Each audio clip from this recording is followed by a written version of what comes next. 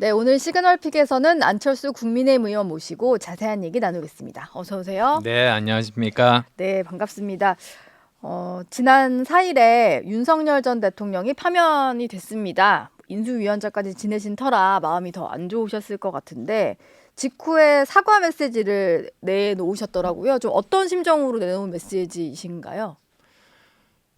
국민이 직접 이렇게 뽑은 대통령이 탄핵을 당했습니다. 예. 정말 저는 참담한 심정이었습니다. 그래서 저도 중진 의원의 한 사람으로서 그렇게 국민께 사과의 말씀을 드렸습니다.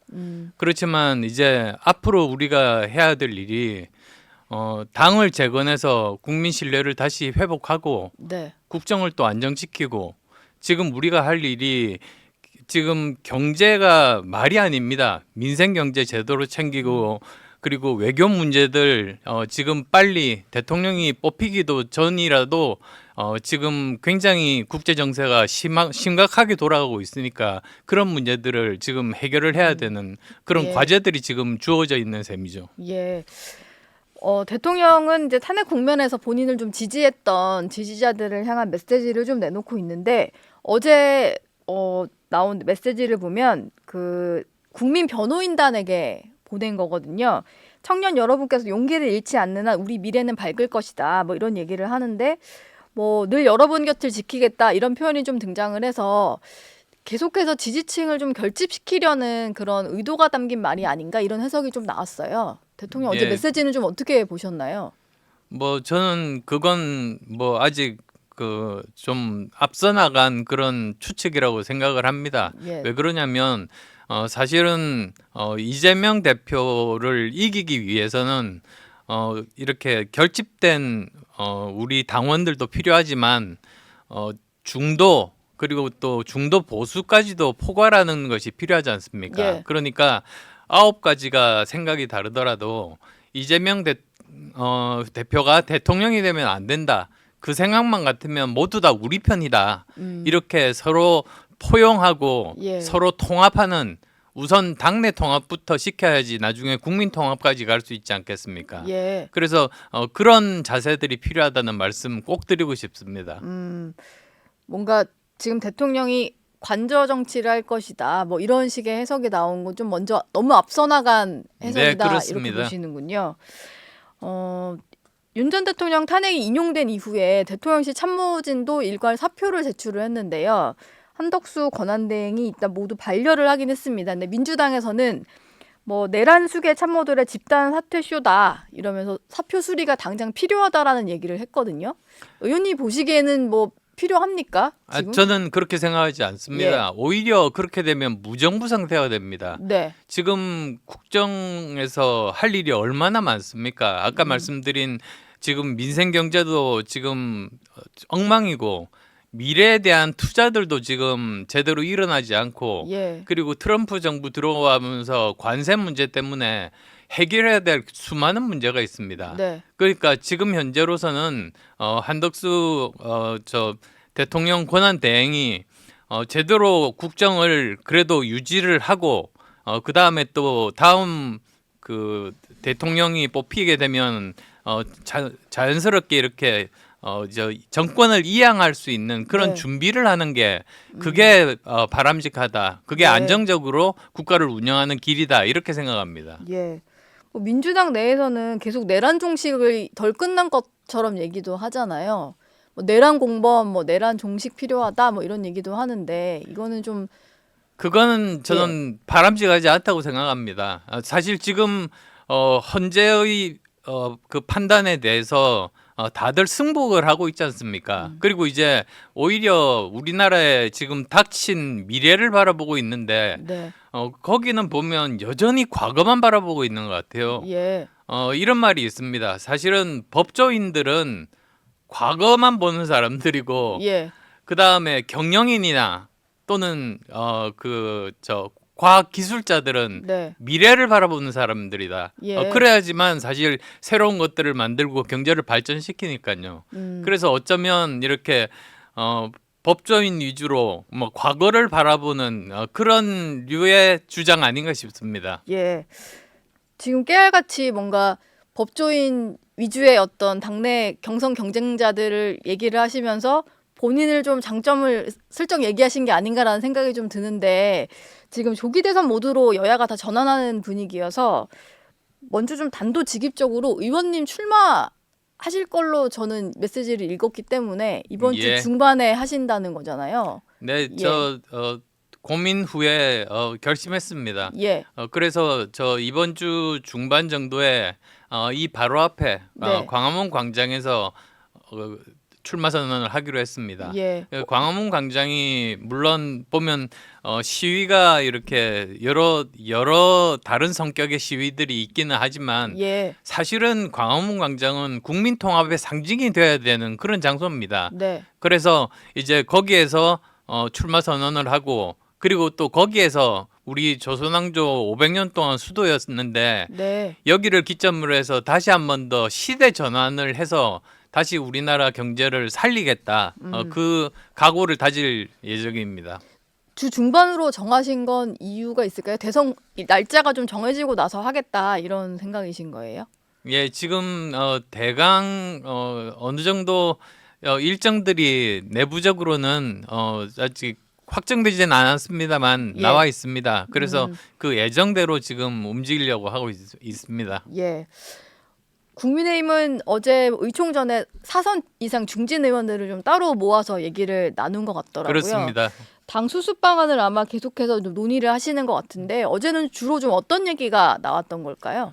뭐 물론 이제 바로 닥친 대선에서 우리가 어떻게 하면 승리할 수 있을 것인가 그게 제일 큰 주제였었고요. 예.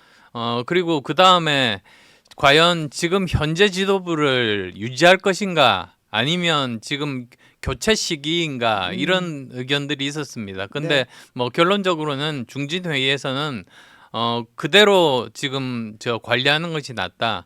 오히려 도중에 이렇게 예. 지도부를 바꾸고 그 다음에 또 경선을 하고 이럴 만한 시간적인 여유가 우리가 도저히 없다.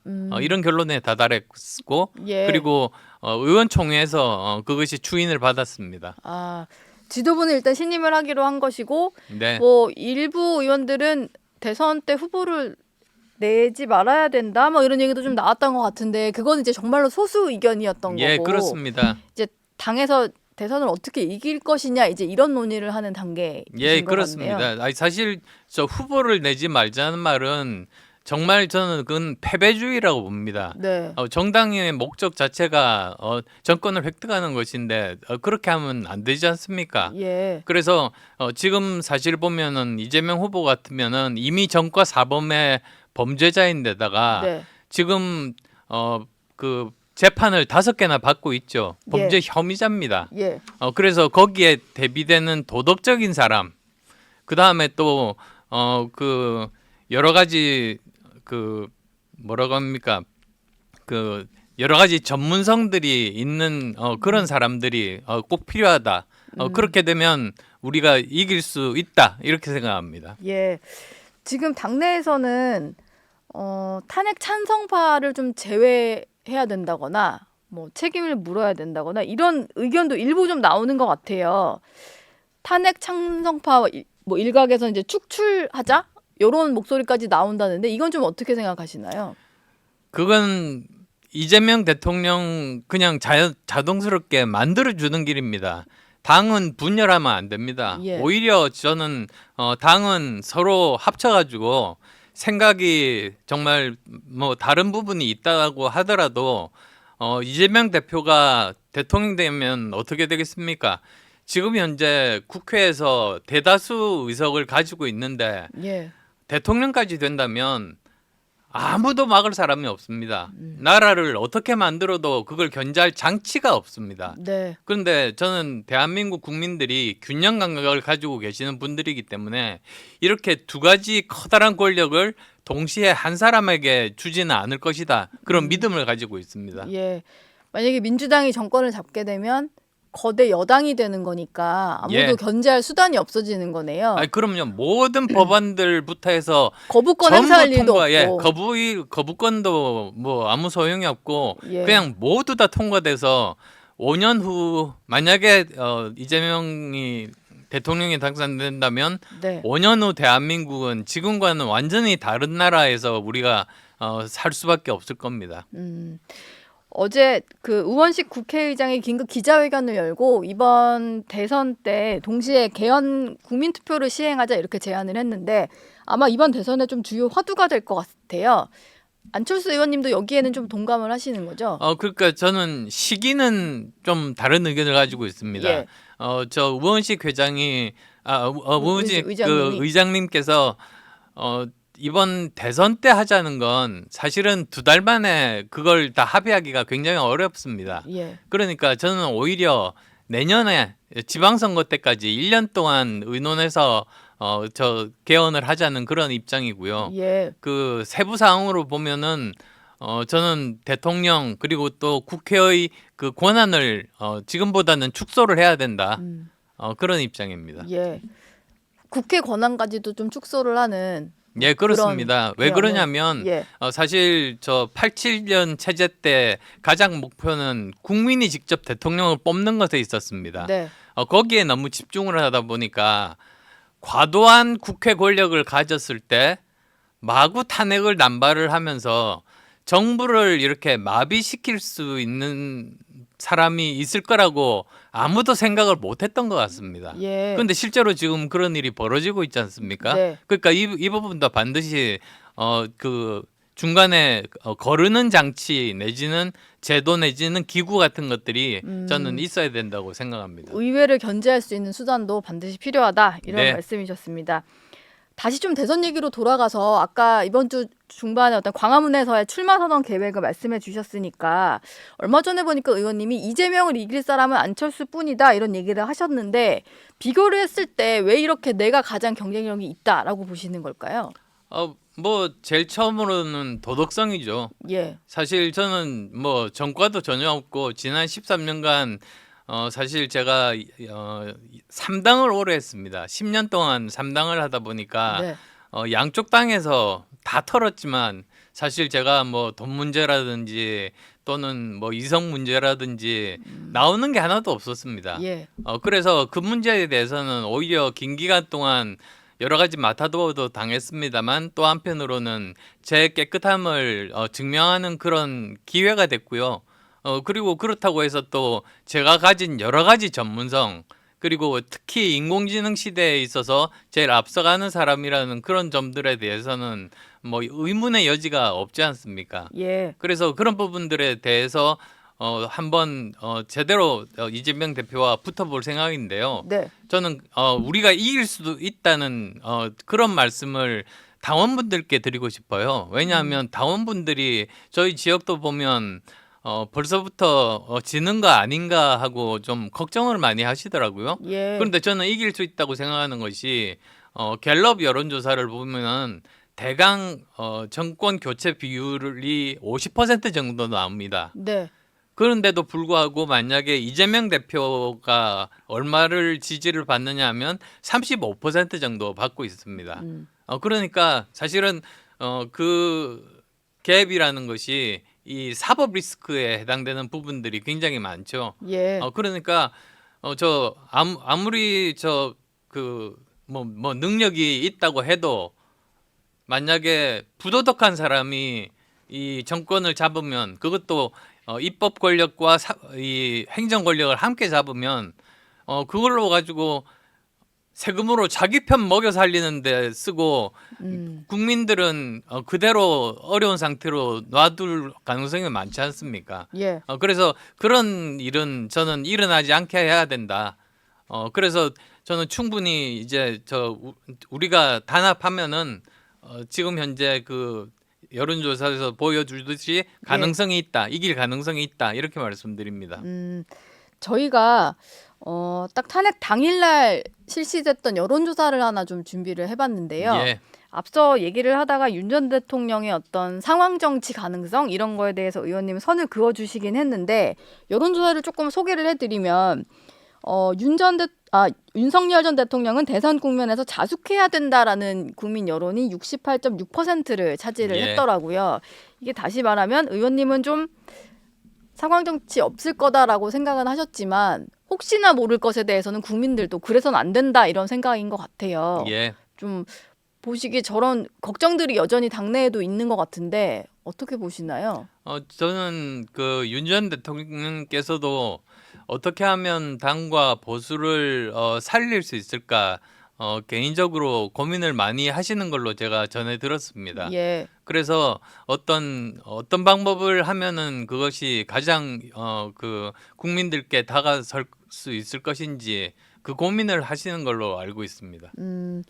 그리고 보니까 국민의힘 대선 주자 적합도 조사도 나왔는데 여기 보면은 뭐 안철수 의원님도 등장을 하시긴 합니다만 김문수 고용노동부 장관이 18.6%로 가장 높게 예. 나와요.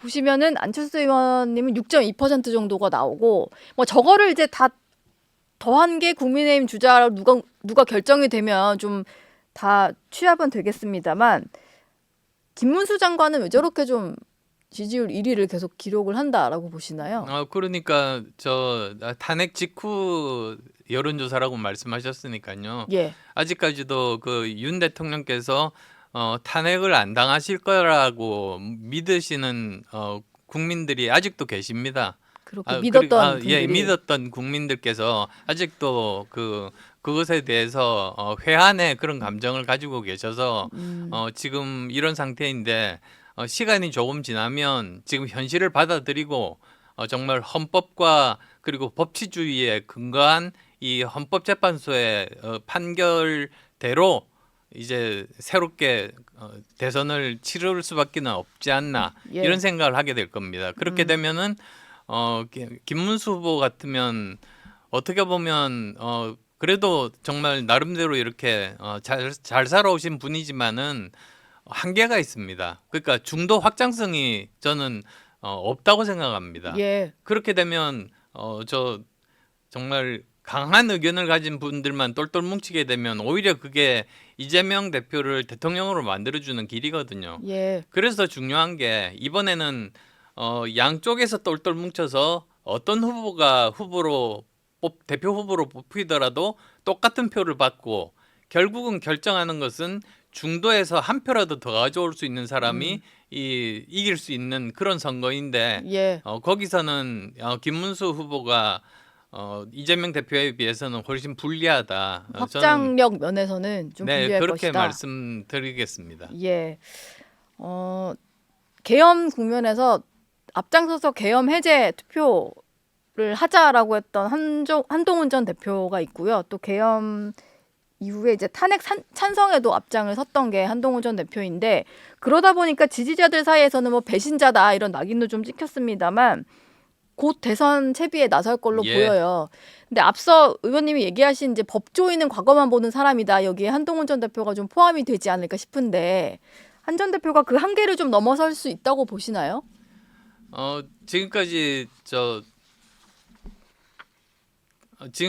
국민들이 다음 대통령을 뽑을 때는 그 전 대통령과는 이미지가 다른 분을 뽑아왔습니다. 예. 계속 그게 지금까지 이제 87년 체제 이후의 전통이죠.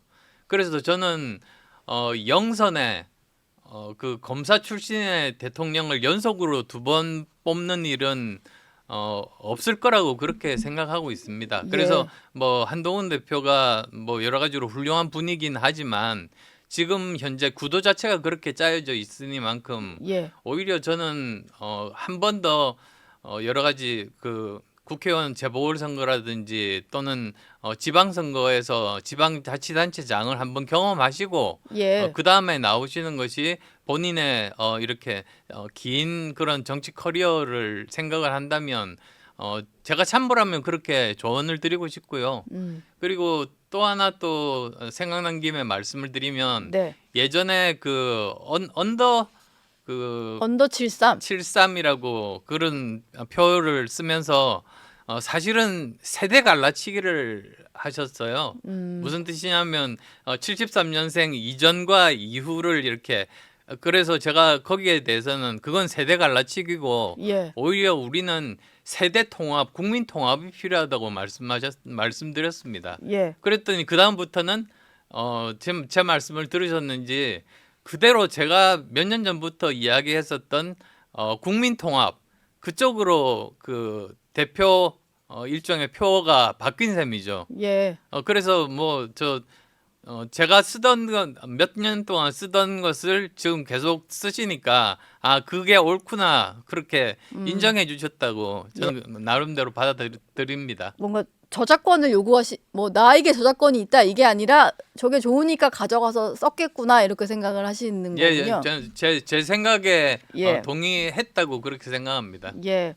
뭐 언더 73은 본인들 얘기로는 그냥 한동훈 전 대표가 소속된 건 아니었고 그 주변의 사람들이 만들었다고는 하는데 보기에 따라서는 이제 그 73년생을 기준으로 해서 전후를 좀 가르는 걸로 해석이 될 수도 있었겠네요. 아니, 그리고 모든 결정은 결국은 리더가 하게 되죠. 한동훈 대표가 하셨던 겁니다. 알겠습니다. 이재명 대표 같은 경우는 대표직을 사퇴하고 곧 대선 모드로 전환을 할 것 같은데요.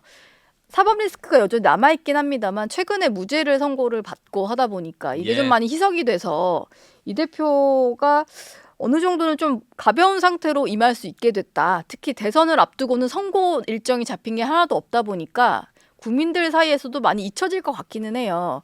이거는 좀 어찌 보면 이 대표 입장에서는 상당한 큰 장점을 안고 시작하게 된 셈인데 어떻게 좀 평가를 하시나요? 저는 그래도 이 대표가 대선에 출마하는 일은 없어야 된다고 생각하는 그런 입장입니다. 예. 왜 그러냐면 사실 민주주의에서 가장 기본이 선거고 선거가 뭡니까? 이 유권자들이 이 후보자들에 대해서 모든 정보를 다 안 상태에서 가장 적합한 후보를 선택하는 것 아니겠습니까? 예. 근데 그 후보 중에 한 사람이 지금 현재 5개의 재판을 받고 있는 도중이고 아직 유죄인지 무죄인지 결론이 안 난 상태에서 후보를 정하라고 그렇게 강요하는 꼴이 되어버리거든요.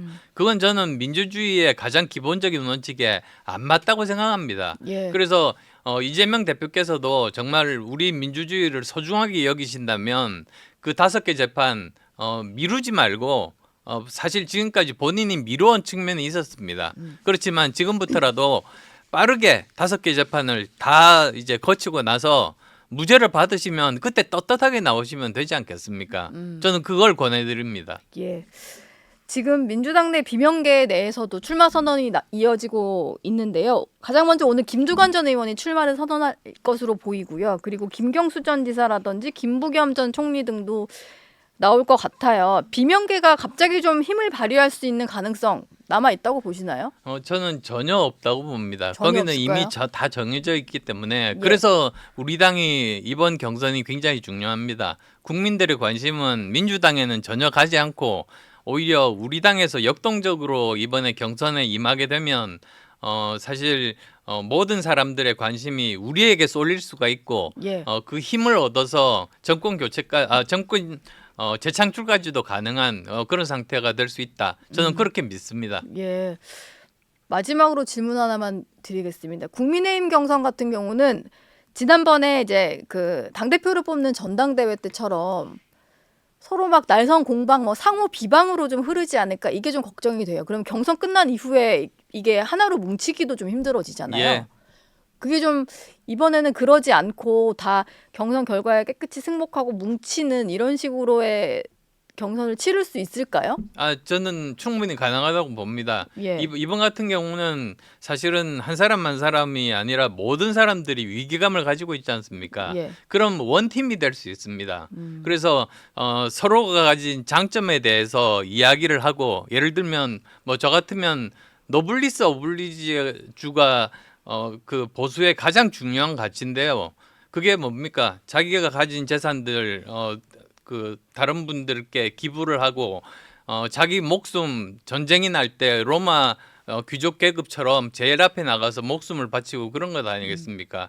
저는 정치하기 이전에 이미 제 재산 절반을 기부를 했고요. 예. 그 다음에 또 대구 코로나 봉사 때 그때 아무도 면역이 없을 때 정말 뭐 죽을 수도 있지만 그 가로로 가서 국민께 봉사를 했습니다. 네. 그래서 그런 것들을 그 국민들께 알리면 그 민주당과 다른 후보들이 많구나. 이런 서로 간의 장점을 부각하고 서로 간의 그 좋은 뭐 저 같으면 AI 고속도로 네. 를 만들겠다 이런 식으로 여러 가지 그 정책들을 부각을 하면 충분히 우리가 관심을 얻을 수 있다 이렇게 생각합니다. 예. 알겠습니다. 앞으로의 그 경선 과정이 좀 중요할 것 같습니다. 지금까지 안철수 국민의힘 의원과 함께했습니다. 고맙습니다. 네, 감사합니다.